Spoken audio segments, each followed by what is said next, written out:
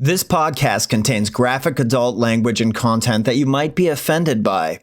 If you are sensitive to violence, drugs, murder, blood, bad accents, mutilation, or sex, poor story writing, frightening scenes, bad puns, or really just about anything else, then please turn this off right now.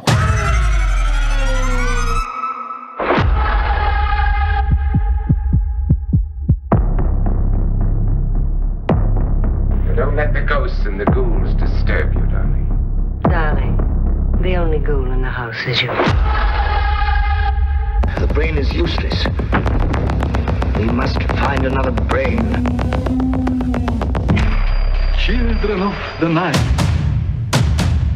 Whoever is bitten by a werewolf and lives becomes a werewolf himself.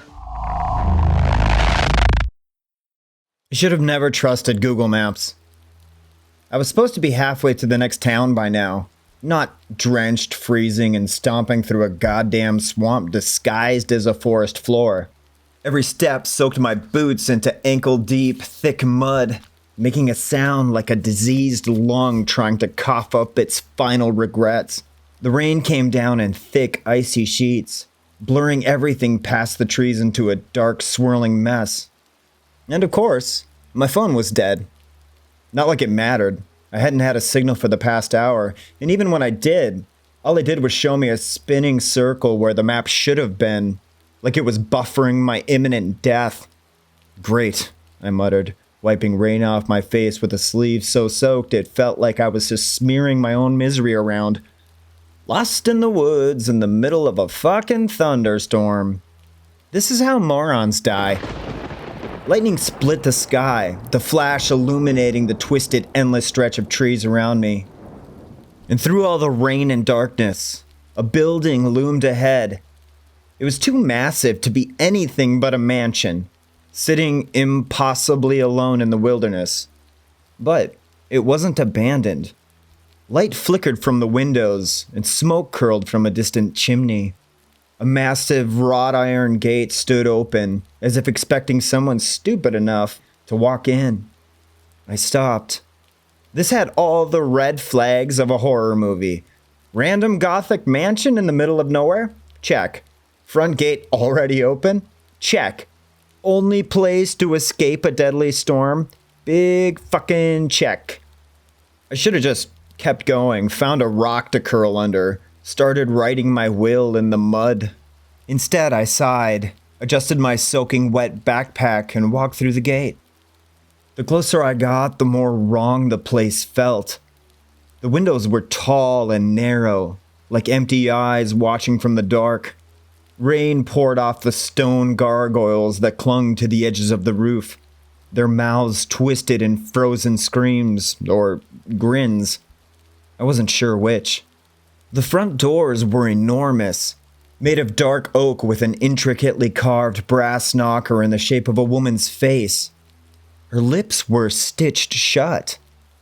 Her eyes, too realistic, like she'd been trapped there mid-scream. My brain whispered to me, "Leave, turn around, this is a mistake." And then my soaked clothes screamed back, "You're freezing, dumbass, just go inside for a minute." Guess which voice won? I grabbed the knocker. It was warm. But before I could process that, the doors swung open on their own, revealing a massive, dimly lit foyer. I expected dust, cobwebs, signs that this place had been empty for decades. Instead, the interior was pristine. Ornate chandeliers, candlelight flickering against velvet drapes. A grand staircase that curved up like a ribcage splitting open.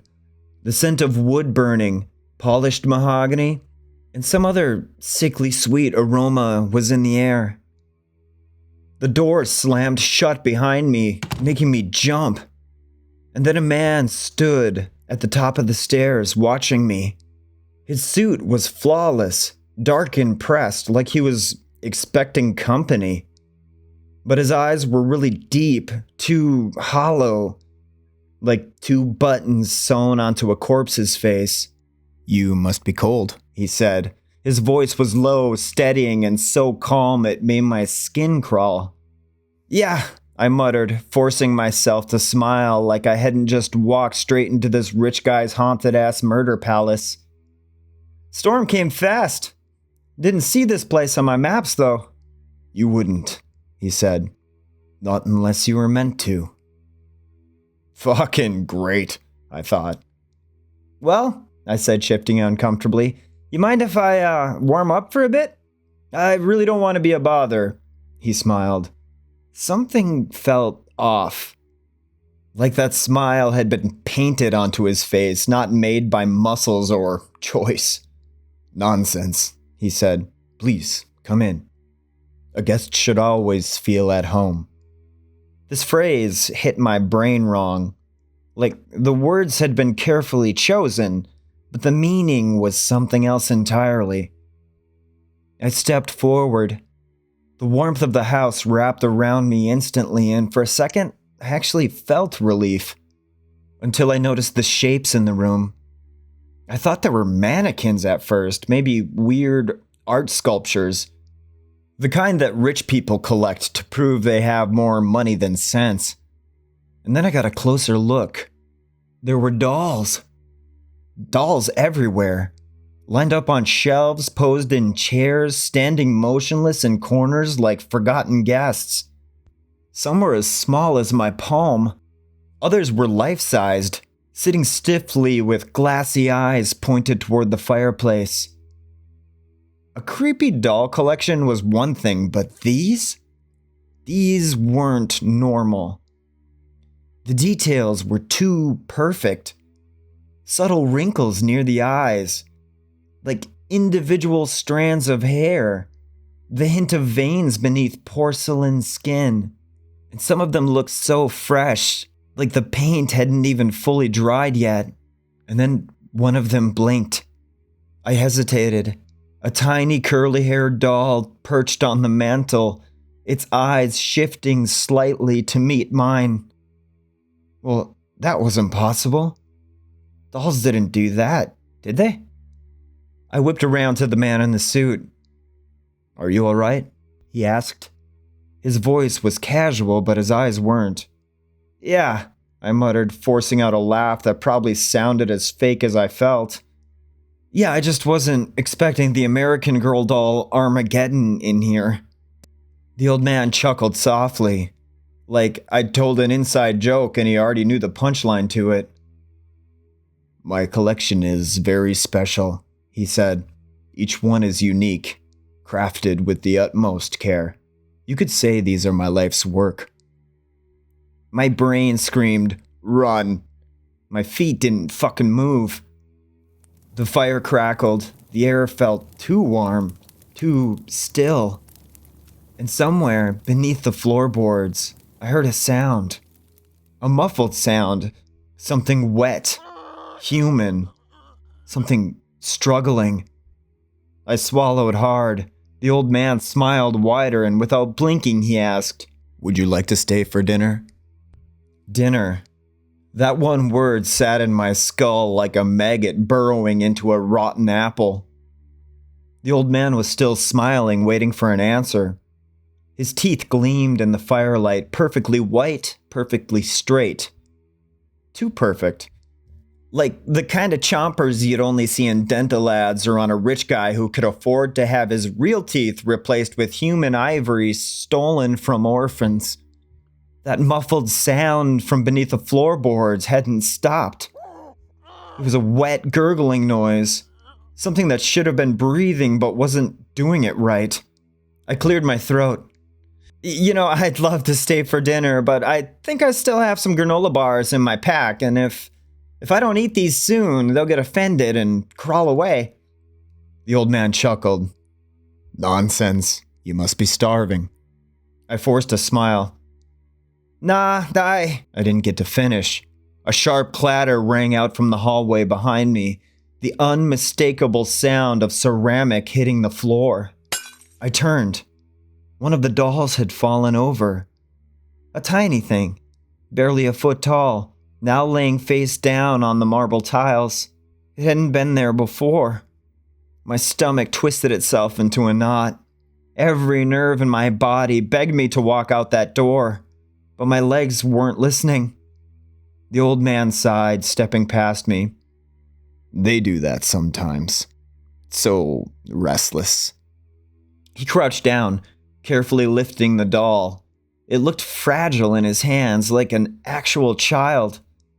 The porcelain was flawless, eerily smooth, and its dress was hand-stitched lace, intricate and delicate as spider's silk. He straightened up, adjusting the doll's limbs. There we go. Then he gently patted its head. A small, fleshy click sound like bone popping into place. The doll blinked. I staggered back, my ribs locking up, my breath fighting to get out. The old man turned to me, still holding the blinking doll in one hand. They are very special, you know? Would you like to see more? Fuck no. But somehow my idiot mouth said, sure. The old man led me through the halls, past towering bookshelves and dark oil paintings of people who looked too real to be dead, but too empty to be alive. The deeper we went, the colder it got. Not just the temperature, like even the walls felt wrong. And then we reached a massive room. It wasn't a dining room, it was a gallery. Rows upon rows of dolls filled the space. Standing, sitting, arranged in perfect, unnatural symmetry. Some were lifelike, others were grotesque. A hybrid of flesh and porcelain, their features so human. When the old man wasn't looking, I touched one's eyelashes. It felt like actual eyelashes, too soft to be synthetic. Another had freckles, a beauty mark. Things like no doll should naturally have.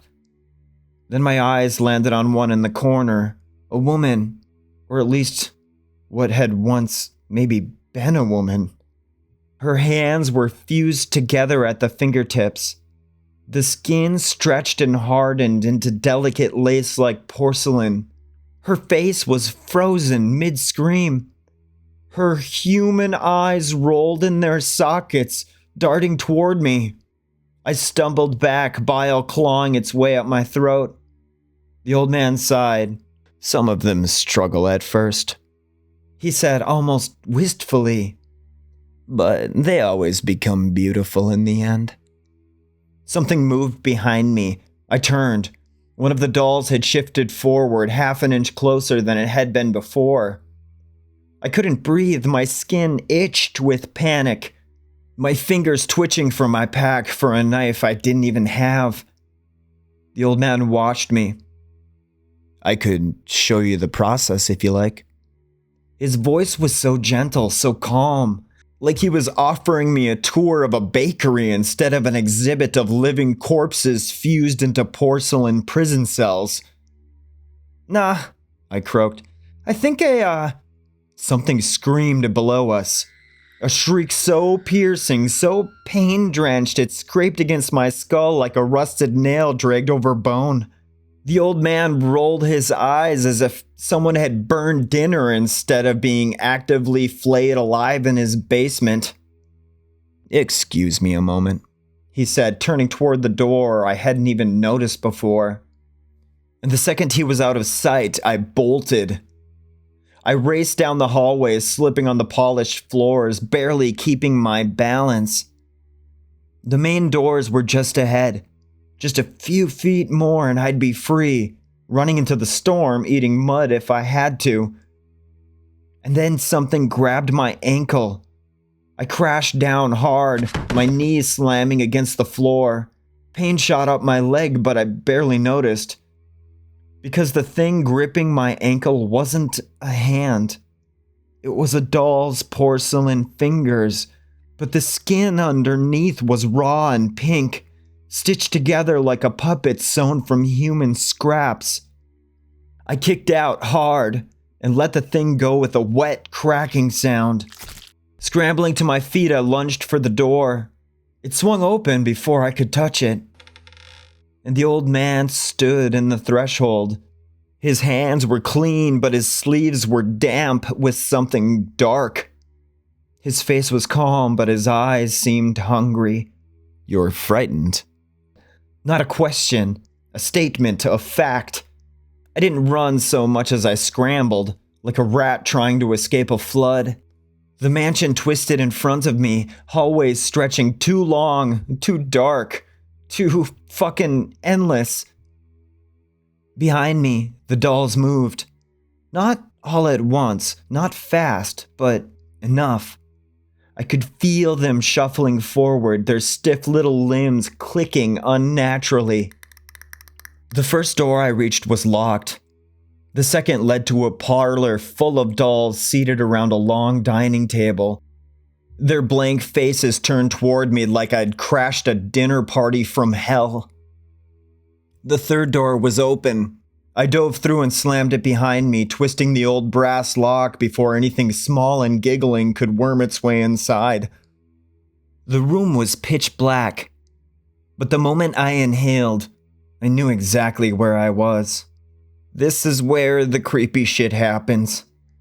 The air was thick, warm, and putrid. A smell that clung to the insides of my lungs like a mold infestation. It was like rotting meat and blood, just acrid and metallic. It was like a scent of peeled flesh and wet bone. It was a cellar. I knew it before I even found the staircase. And because I'm a fucking idiot, I went down there. The wooden steps creaked so loudly it was like they were screaming at me to go back. I barely made it halfway down when my boots slipped on something wet. Something dark coated the wood, soaking deep into the grain. I grabbed the railing to stop myself from eating shit face first onto a blood-stained floor. But my hand landed on something wet and squishy. I jerked back so fast I nearly tumbled down the stairs. A finger, still attached to part of a hand. The skin had turned a sickly bluish white, the nails cracked, the flesh curling back from bone like it had been boiled. Something had peeled this person apart like a goddamn fruit. I swallowed bile and did the smart thing, which was keep going down like a suicidal dumbass. At the bottom of the stairs, the space opened up into something much worse than a cellar. It was a butcher's shop designed by a lunatic. Long wooden tables lined the room, each one stained with layers of blood. The wood warped where it had been soaked through. Rusted surgical tools laid around everywhere, their edges worn from overuse. Some still had fresh bloodstains on them. On the closest table, something very human-shaped was strapped down. I say human-shaped because what I was looking at wasn't fully a person anymore. Porcelain had been fused into the skin, patches of smooth white embedded into raw muscle, the seams stitched with delicate black thread. The face had been half covered in ceramic, the lips stitched into a permanent painted smile. But the eyes were still too real, and they were still moving. It, whatever it was left still alive. The moment I stepped closer, the eye rolled toward me, bulging with agony, pleading without words. I almost threw up. Instead, I whispered the only thing that came to mind. "Holy fucking shit, what the fuck?" The woman on the table let out a muffled sob through stitched lips, the body trembling, and then behind me, a clap. Slow, measured, deliberate. I turned around. The old man stood in the archway, his dark suit clean and pressed despite the gore soaking the floor. "I was hoping you'd find your way down here. Curiosity is such a delightful quality." I pointed at the thing on the table, my voice barely working. What the fuck is wrong with you? The old man sighed, shaking his head like a disappointed father. Wrong? No, my dear guest. You mistake my work for cruelty. His eyes gleamed, as if he were explaining fine art to a child too stupid to appreciate it. I am a creator, he continued. I take what is flawed and make it immortal. I laughed, a sharp manic sound that probably made me sound like a lunatic myself. You're making dolls out of people, you fucking psychotic Etsy reject? The old man smiled again. Well, that's a crude way to put it, but in essence, yes. I glanced around, frantically looking for something useful, maybe a weapon, a way out, anything that wasn't a pile of half-dissected corpses. I noticed a cleaver on a table beside me, blood-streaked, but it still looked sharp. I guess it's fight or die. I lunged for it, but the old man moved fast. One moment he was across the room, the next his fingers were around my throat, his grip like steel cable tightening. My vision blurred, black spots popping into existence as my lungs fought for air. You are so ungrateful. To be chosen for something so beautiful, and yet you struggle. I clawed at his wrist. I tried to kick him off, but he was so strong. And then I seen movement in my peripheral vision. The girl on the table was trying to reach something. Her fingers, stiff and stitched together, trembled toward a scalpel. Her glass and flesh eye met mine. I knew what she was about to do. The old man must have realized it a second too late. The scalpel slashed across his face, slicing deep from temple to jaw. He howled an inhuman sound like something from an animal that should be dead but isn't. His grip loosened. I grabbed the cleaver and swung. It buried into his shoulder, sinking through flesh, muscle, and bone. A sickening crack filled the room as the blade lodged deep. The old man staggered back, gripping the wound, his teeth bared in a snarl. His blood wasn't red. It was dark, almost black, too thick, like syrup. I yanked the cleaver free, breathing hard, staring at him as he straightened, and smiled. You will be magnificent. I turned and ran. I made it to the stairs. I made it to the door at the top. I burst through it and froze. The hallway wasn't empty anymore. Dozens of dolls stood there, lining the walls, blocking the exits. And they weren't still anymore. They were watching, waiting, ready. Behind me, the old man's voice, softer than ever, a whisper at the base of my skull. It's time to begin your transformation. I should have died on those basement steps. I wish I did. The dolls blocked the way ahead. The old man's breath hissed through his teeth behind me. I was fucked. There was no door that didn't lead back to him. No window that wasn't bolted shut. The mansion was alive in its own way, funneling me toward the inevitable, locking me in the script of a nightmare I never agreed to star in. The old man stepped forward, his wound still gaping, but no longer bleeding. That gash in his shoulder should have crippled him, but he barely seemed to notice it, like his body wasn't playing by the rules of anatomy anymore. I truly hoped you'd be more willing, he sighed, rolling his neck. You should have mentioned the part where I get turned into a fucking flesh puppet before the invitation, I shot back, gripping the cleaver tighter. That's kind of something people like to know ahead of time. His smile widened, like he was genuinely delighted. You are still joking, he mused, even when you know this is how it ends. Yeah, well, laughing is the only thing stopping me from shitting myself right now, so let's keep it rolling. The old man lifted a hand. The dolls in the hall moved. Not a twitch, not a shuffle. They lunged. I swung the cleaver. The first doll was small, barely up to my knee, but that didn't make it any less deadly. Its tiny hands were armed with rusted sewing needles, the kind that could stitch flesh together or slice it apart. It went for my ankle, stabbing wildly, slicing deep into my boot and the meat underneath. I screamed, kicked out, and sent it flying into the opposite wall with a sickening crunch. The second one was faster.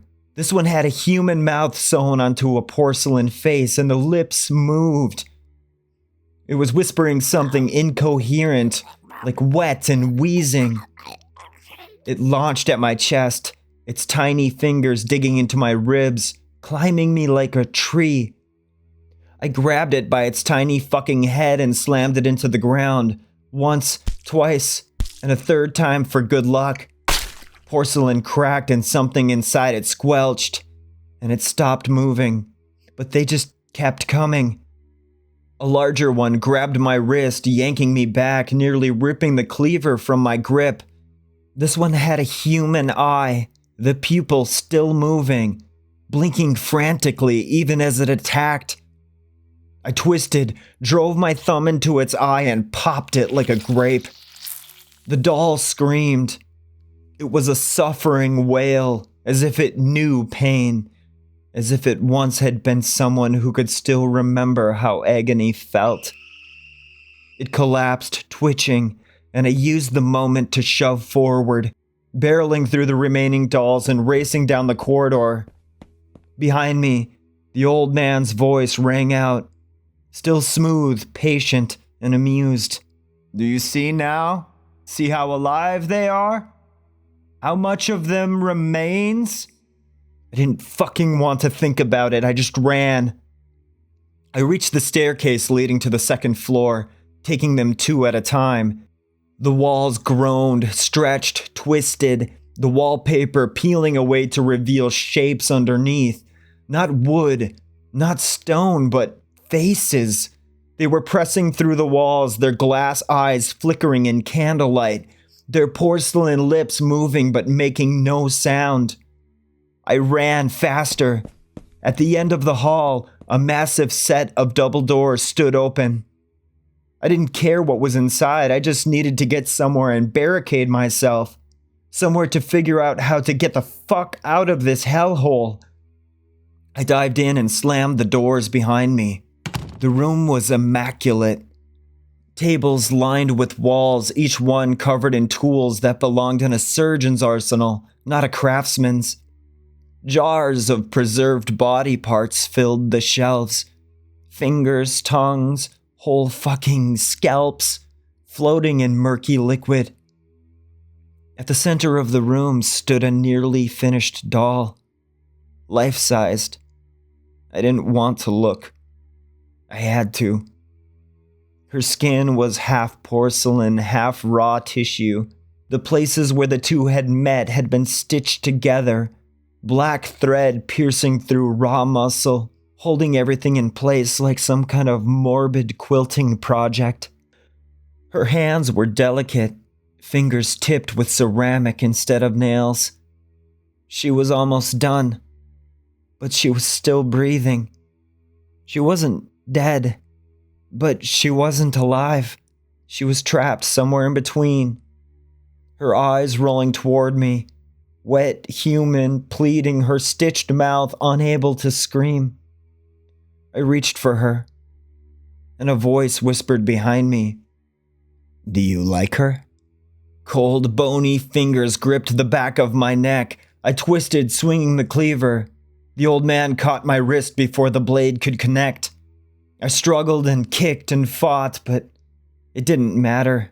His grip tightened, his expression soft with satisfaction.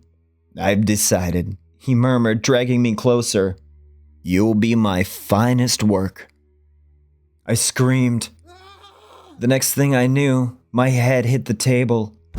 Metal restraints clamped around my arms and legs before I could thrash free. The old man moved above me. his shadow stretching long in the flickering candlelight. His hands were steady. His expression was calm. I will take my time with you. Perfection is not to be rushed. Something cold pressed against my face, a porcelain mask, too tight, too suffocating. The old man lifted a needle, long and wicked, glinting in the low light. He leaned in close, whispering like a lover with a secret. It's time to begin your transformation. The needle plunged into my skin, and my world went black. Consciousness came back like a slow creeping infection. I didn't really wake up. I surfaced. There was no breath, no heartbeat pounding in my ears, just a low, echoing hum, like the whole world had been dipped in thick molasses. I tried to move. Nothing. I tried to blink. I couldn't. I was staring, frozen, locked in place. My vision narrowed to a single distorted pane of light reflecting back at me, and then I realized I wasn't staring at something. I was staring through something. Glass. A display case. And inside it was me. Panic hit like a live wire to the spine, raw and violent, but my body couldn't react. I couldn't lurch forward or thrash. Just the stillness of a mannequin on a shelf. I was trapped inside my own skin. Except it wasn't mine anymore. From the edges of my vision, I could see my own reflection in the warped glass. My skin was porcelain, smoothed to an impossible, sickening perfection. The kind of flawlessness that only comes from something that's no longer alive. My eyes, my actual fucking eyes, were still in my skull, the only thing left untouched, wide, unblinking. My mouth had been painted into a delicate, frozen smile. I wanted to scream, but I couldn't open my lips. The stitches were still there, thick, black, threaded deep through my flesh, sealing my voice inside like an insect trapped in amber.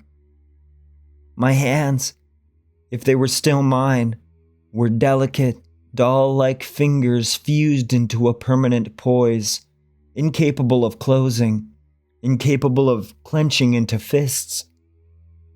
I was an ornament now, a pretty thing for the shelf, a perfect piece in the old man's collection. The rest of the room came into focus, and I realized I wasn't alone. Rows upon rows of dolls lined the space, facing me, their glass eyes catching the dim candlelight. These aren't just dolls. They're people, or what used to be people. All of them were trapped in silence, faces stitched into delicate smiles, lifeless bodies forever posed in elegant postures. But their eyes still moved, and they watched me. Some of them twitched, subtle movements, like paralyzed souls still screaming in bodies that no longer obeyed them. A few had tears trapped in their lower lids, never able to fall. This wasn't a collection of dolls. This was a graveyard of stolen lives. The sound of footsteps drifted into the room, deliberate, measured, almost affectionate. It was the old man. I couldn't turn my head to look at him, but I could hear him. "You are stunning," he said, and I could feel his presence close enough that if I had any control left, I would have torn his throat out with my fucking teeth. The glass door opened. His fingers traced my frozen cheek. like a sculptor admiring his masterpiece. The detail came out perfectly. Your expression, your posture, exquisite. I told you, he said softly, that you would be my finest work. Days passed, or weeks, or maybe years. I couldn't tell anymore. I was aware, fully conscious, just unable to move, unable to react, unable to scream. I was trapped inside a body that no longer belonged to me, displayed like a trophy in a house built from madness. The old man would return often, murmuring to me like a doting father, adjusting my position ever so slightly, making sure that I stayed perfect. And at night, in the silence of the gallery, I could hear the other dolls shifting in their cases, not breaking free, not escaping, just twitching, like they were still trying to run, like they had been trying for centuries, like they would never stop trying, and neither would I. I wasn't dead. I wasn't alive. I was something else now. And I would never leave this shelf. Not today. Not tomorrow. Not ever.